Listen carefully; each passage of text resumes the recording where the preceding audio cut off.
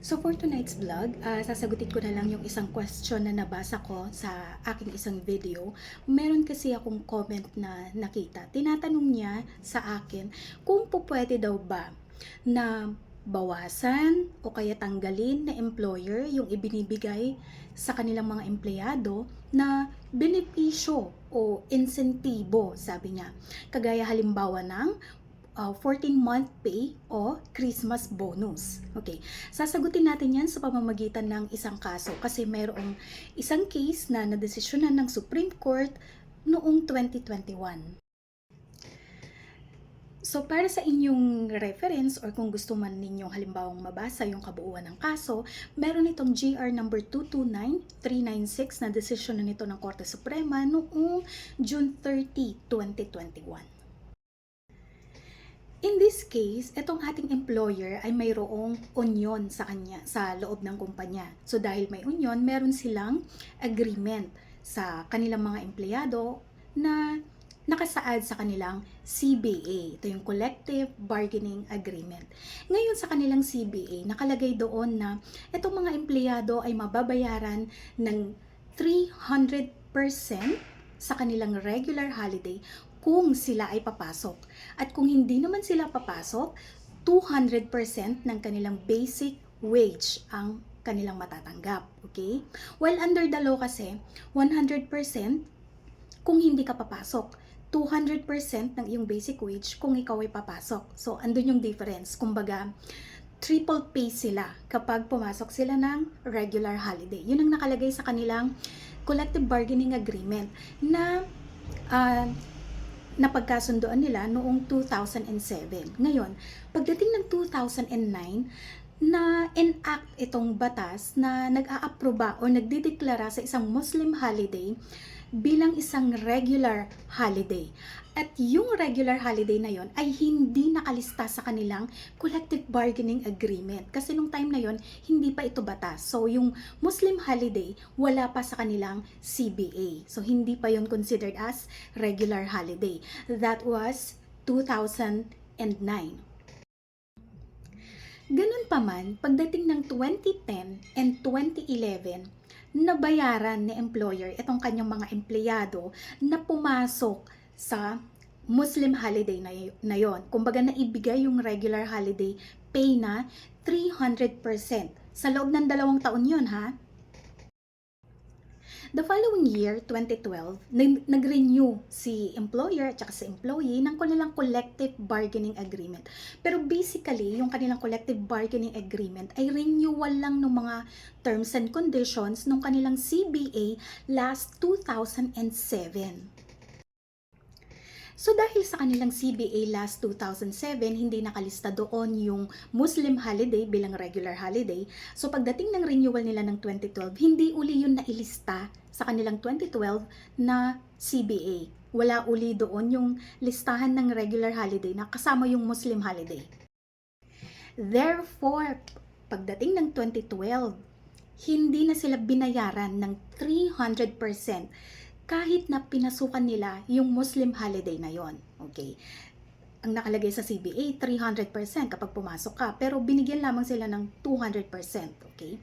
And 100% kapag hindi sila pumasok. So dahil hindi na sila nabayaran starting 2012, merong isang empleyado ng kumpanya na nagreklamo. Sabi niya, hindi nyo dapat bawasan or alisin itong company benefit na to kasi nag-ripened na to or naging company policy na to, company tradition na to. Okay? Kasi naging practice na to, ibinibigay na to ng employer for 2 years. 2010 and 2011. So, nag-ripen na ito, naging company tradition or company practice na to. So, hindi nyo na dapat ito pwedeng bawiin pa. Yun ang sabi ni employee. Ngayon, ito naman yung depensa na employer. Ang sabi ni employer, nagkamali lang daw or nagkaroon ng error, technical error or glitch sa kanilang payroll system. Therefore, noong 2012, nung nakita nila yung pagkakamali na yon sa kanilang payroll system, kinorek na nila and hindi nga listed yung regular holiday na Muslim holiday doon sa kanilang renewed CBA. So, sabi ng employer nung madiskubre nila yung error na yon bandang 2012, tinanggal na nila or diniscontinue nila yung benepisyo na yon sa kanilang mga empleyado. Kasi nga, error lang daw ito ng kanilang payroll system. Isa pa, sabi ng employer, malinaw na doon sa 2012 CBA provisions nila, hindi talaga nakalista doon yung Muslim holiday bilang regular holiday. Ang sabi ng korte, under the Labor Code, Article 100, okay, meron tayong tinatawag na Principle of Non-Diminution of Benefits. Kailan ba natin masasabing mayroon ng diminution of benefits, okay? So, dapat meron itong mga requisites na to or present itong mga requisites na to. Dapat yung benepisyo, okay, ay nagmula sa isang company policy or naging company practice na because ginagawa na ito over a long period of time. Yun yung first requisite. Number 2, yung practice ay consistent and deliberate, intentional. Number 3, yung practice na pagbibigay ng benepisyo na yon ay hindi resulta ng maling interpretasyon ng batas o kaya ng doubtful interpretation, nakakadudang interpretation ng batas.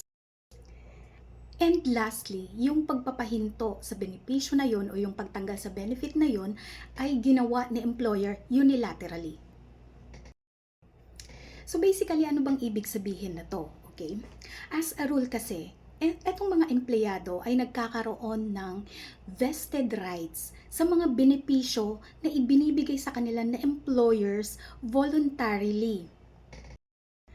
Kung kaya, yung mga benefits na yon o kaya supplements o kaya provisions na ine-enjoy ng empleyado ay hindi po pwedeng bawasan, tanggalin o alisin unilaterally ni employer. Ngayon, kailan ba natin masasabi na itong benepisyo na ibinibigay ng employer sa kanyang mga empleyado ay nag-ripen na into company tradition or company practice dahil ginagawa na ito or ibinibigay na ito over a long period of time, voluntarily and consistent and deliberate. Ang sabi ng korte, walang masasabing standard na taon or period para masabing, eto, company practice na to, company tradition na to, kasi ganito na tumagal yung benepisyo na ibinibigay ni employer sa mga empleyado. Walang fixed or walang standard na taon or period of time, okay? Case to case basis yun, walang iisang rule, okay? Pero kailangan mapatunayan ni employee na etong si employer ay voluntarily binibigay niya yung benepisyo na yun sa kanyang mga empleyado kahit na alam niya na wala namang mandato ng batas or walang agreement sa pagitan nila na kailangan niyang bayaran yon. Isa pa, dapat mapatunayan na voluntary na binibigay ni employer ito sa kanyang mga empleyado. Intentional na binibigay niya ito. And consistent siya sa pagbibigay ng benepisyo na ito sa kanyang mga empleyado. At sa mga naunang kaso kasi ng Supreme Court, sabi nila para mag-ripen or mai-consider na company tradition or company practice yung pagbibigay ng employer ng benepisyo sa kanyang mga empleyado na hindi nakasulat sa company policy, okay, dapat yung period of time ay sa ibang kaso, yung iba umaabot ng 3 years and 9 months, ganun. Yung iba umaabot ng 4 years. Yung isang case, 6 years pa nga yung inabot. And then yung isa naman, 3 years and 4 months, okay? Pero dito sa case kasi na to, naibigay lang siya for 2 years, okay? So, considered na ba yun na sufficient yung length of time para masabi natin na nag-ripen na siya as company tradition at hindi na siya pwedeng bawiin pa ni employer. So kanina nabanggit ko, dapat 'di ba yung benepisyo ay voluntary na ibinibigay, consistent and regularly na ibinibigay ng employer sa kanyang empleyado. Pero yung depensa kasi ni employer, sabi niya, nagkamali lang yung kanyang finance team sa computation o kaya may error sa kanilang payroll system, may glitch. Alam niyo ba ang sabi ng korte? Hindi daw sila convinced na nagkamali or may error or may glitch yung kanilang payroll system. Why? Kasi for 2 years, okay, every year kasi nagkakandak ng meticulous financial audit etong si employer. So, ibig sabihin, 2010, hindi mo nakita yung mistake. 2011, may audit ka, pero hindi mo uli napansin or na-rectify yung error. So, ang sabi ng korte, hindi sila convinced na mayroong error. Kasi meron silang meticulosong audit na ginagawa yearly. So, imposibleng hindi yun makita ni audit team.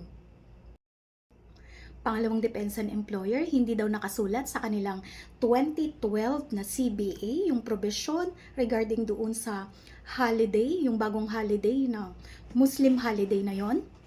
Ang sabi ng korte, wala naman tayong reference sa company, collective bargaining agreement ng company, kundi nandoon sa company practice or company tradition. Etong company practice na to na nag-ripen into tradition, ito yung pinanggalingan o naging source kung bakit entitled na ngayon ang mga empleyado sa benepisyo na to. Therefore, ang sabi ng korte, yung provision na 300% ang bayad sa mga empleyadong magre-report sa regular holiday kahit pa doon sa Muslim holiday na hindi nakasulat sa kanilang collective bargaining agreement at naibigay na sa kanilang mga empleyado for 2 years ay nag-ripen na o naging company tradition or company practice na at hindi na pwedeng bawiin, bawasan, tanggalin ni employer. Kung kaya naman inutusan ni Supreme Court na obligasyon na employer na bayaran yung kanyang mga empleyado ng additional holiday pay ayon sa kanilang collective bargaining agreement, which is 300% sa regular holiday kapag pumasok ang empleyado at 200% sa Muslim holiday na yon kahit na hindi pumasok ang kanyang mga empleyado. So in this case, panalo yung empleyado na nagki-claim ng non-diminution of benefits laban sa kanyang employer. Remember, yung non-diminution of benefits na to, any kind of benefit, supplement, or provision na favorable sa empleyado. Okay? So, for more videos and answers sa mga comments ninyo, please follow and subscribe sa aking YouTube channel. And kapag nabasa ko po yung comments ninyo, gagawan ko na lang ng vlog or sasagutin ko sa comment section mismo. So, thank you!